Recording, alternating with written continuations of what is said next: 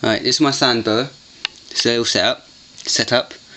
Talked to one of my friends today, and he was, likes the idea of getting one, so I thought I'll do a little video showing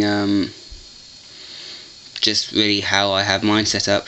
I have a cool end of about 25ish, about 25 or so, with a hot end of about 35. It can be 32 to 35, no, 32 to 38. I have it at 35. Nighttime temperature of about room temperature, really, just about 20. But I don't know if you can see her on the camera, but see that little thing there? That's her head, and I'll get her out. There you go, underneath. Feel it? You scoop it up. There's a snake. And get underneath and just, whoa, come on. Like so, and you just scoop her up, and ta-da! Here she is. When young, just feed about once a week. Depending how big you feed the appropriate size mouse. This is about as big as they get, so not very big for a snake. From what you saw earlier, that is all you really see of the animal in its cage, but they are good animals they can have out. Sort of like so. She wasn't trying to bite me, by the way. In case it don't look like that, that was just me swinging her a little bit. But great. When young, can be quite snappy. She was quite snappy when I first got her, but once tamed down, really good snakes. Simple to care for. Young feed once a week. Adults feed. I feed this one once a month normally. That's what I do. I do now. Just feed her once a month. But if they're looking at they want some more food, then once every 2 weeks. It also does depend what size mouse. But she's more full grown at 52 centimeters, and she gets a large mouse each meal. Don't touch the top of their head because they might bite, because how they evolved is things will walk on their head and then they spring up and get it. I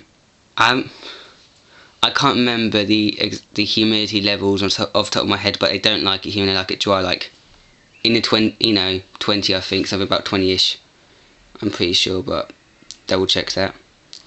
I found for her though, the humidity produced just by her water dish is all the humidity she needs for a good shed. This is it. I can't give dimensions, but it's about, I think it's about 45. It's an 18 litre, I believe, 18 litre rub, I believe. Substrate coconut fibre, dry, and sand, play sand, all dry, with some stones dotted about. Helps to hold burrows a bit better and easier. Personally, wouldn't use any of that, pink sand and stuff, and definitely don't use calci sand. Because it's very dusty and if you smell it, then think about tunneling through it. It's not good. Has to have some kind of substrate. You can also use aspirin bedding, but it has to be some form of substrate. They can't be on newspaper or kitchen toweling. I mean, they could technically live on it, but it's not ethical, because once I put her away, you'll see they are very keen burrowers. But also, when they go in the shed, leave them alone, because this one particularly is very quick to bite when she's in shed, and that's understandable considering they're more or less blind.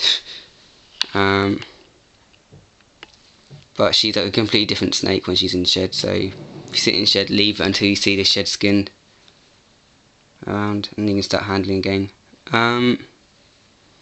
That's really it, I think. It's very simple, easy snake to keep, very small, so it's a good beginner snake. get various different morphs. This is normal. Only downside is that's all you're going to see of them. But my friend who's thinking of getting one is okay with that, as long as he can hold it, which you can clearly see can. He's alright. And it's relatively, when you're holding it, it's quite active, so it's interesting. But if you put its head in your pocket or something, it'll just go in your pocket and sleep in your pocket. So if you want it out but don't want to watch it, you can just put it in your pocket and that's fine. If you want it to sort of climb about, you just have it out like this.